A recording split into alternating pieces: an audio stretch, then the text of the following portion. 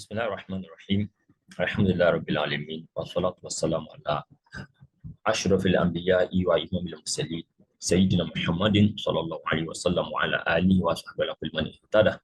And last time rather, I started a series which I termed the understanding of, let me check, practical importance of the four aspects of Ramadan. And we were able to make some very brief discussion of these four aspects. And today, what I intend to do now is to look at these four aspects from a more broader perspectives,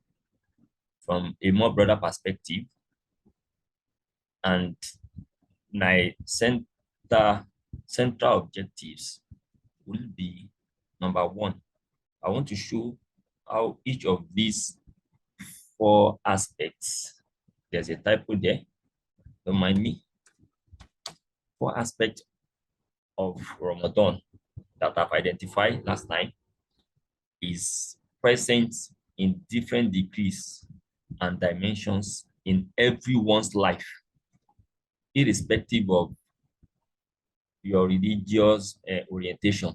Even if you don't believe in any religion, you will still see to a certain degree and in certain dimensions how each of these could be identified and pointed to in your individual life. Second one, I want to look at how somebody could adapt all this, because it seems to be that the more one is able to adapt these four aspects, the higher one's propensity to succeed.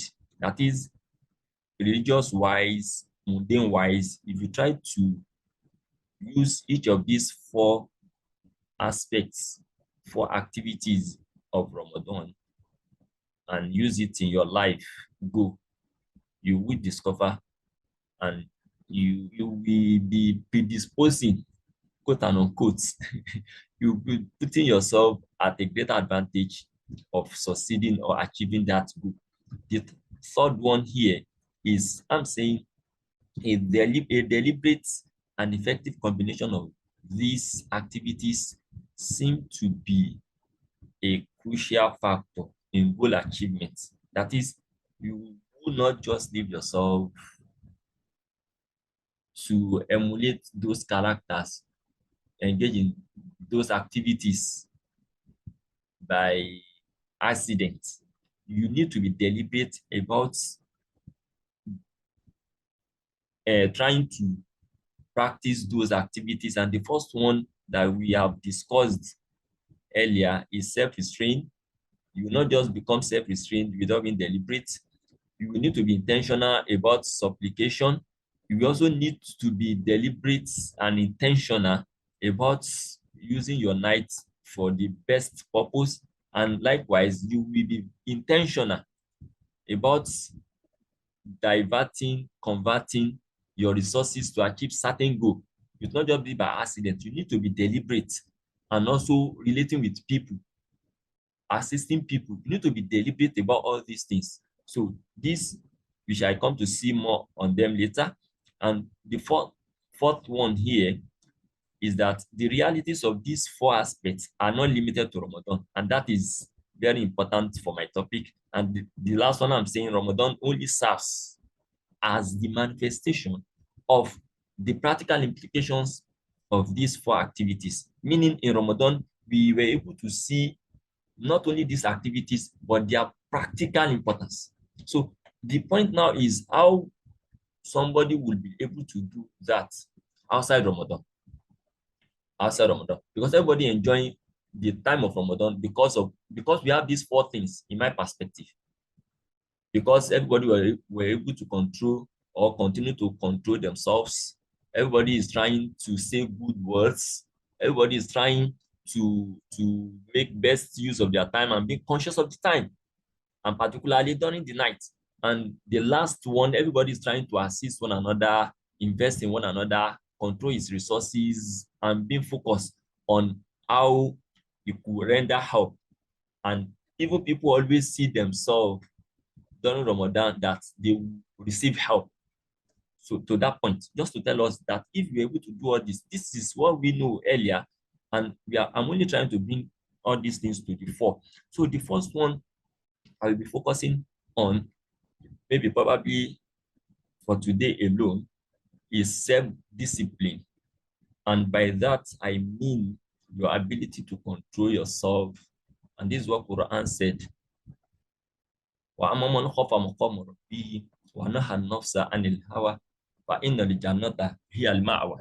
This underlines the fact that your success is always attached to your ability to control yourself.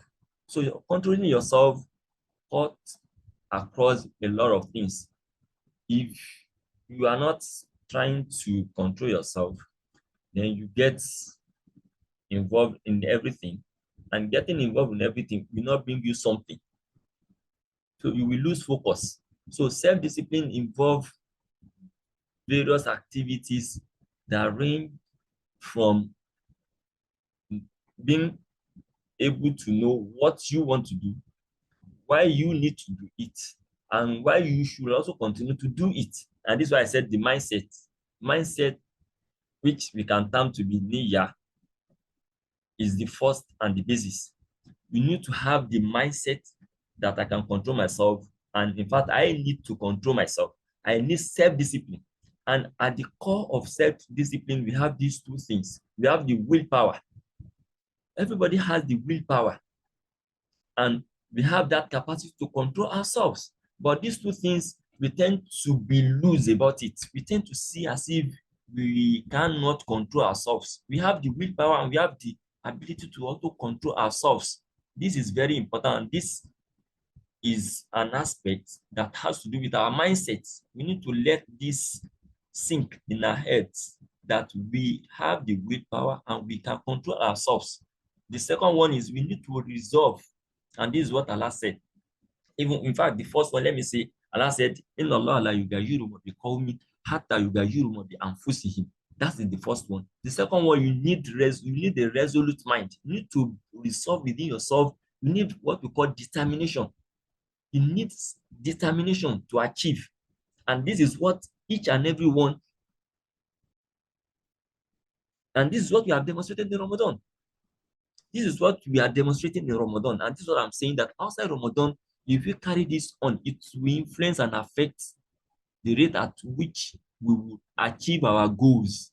So in fact, Allah said about the first prophet, and that Nabiullah Adam, Allah said, وَلَقَدْ أَهِدْنَا إِلَىٰ آدَمَ مِنْ قَبْلِ فَنَسِيَ وَلَمْ نَجِدْ لَهُ عَزْمًا, that we have indeed given Adam all necessary information that he would need, but he was not able to control himself. This is what Allah said.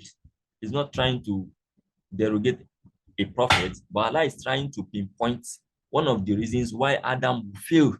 Allah said, "Walam najid lahu azma." He lacked what we call resolute mind as at that point. As at that point. So the next one here is end in mind. End in mind means you need to be hopeful and have a clear picture of what you want, and you need to cherish. You need to love achieving it. If you want to achieve something, but you don't love to achieve it, I don't know, let me put it better.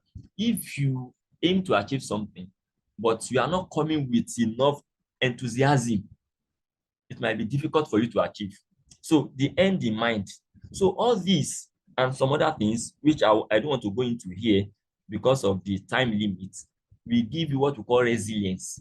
This resilience is very important in the life of everybody. So my level, your level of resilience is directly proportional to the level of what are we to I want to use it as a relational term.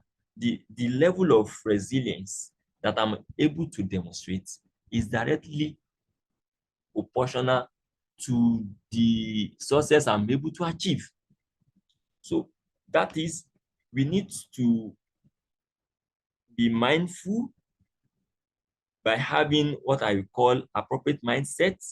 We also need to exercise resoluteness, which will come with consistencies. And we also need to cherish what we want to achieve, your goal.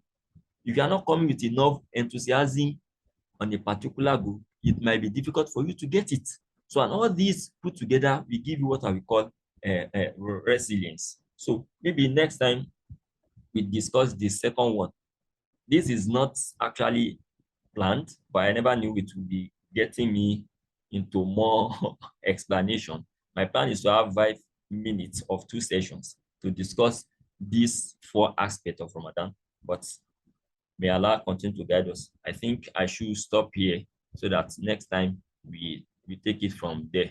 Subhana rabbika rabbil izzati amma yasifun wa salamun ala mursalin walhamdulillahi alamin.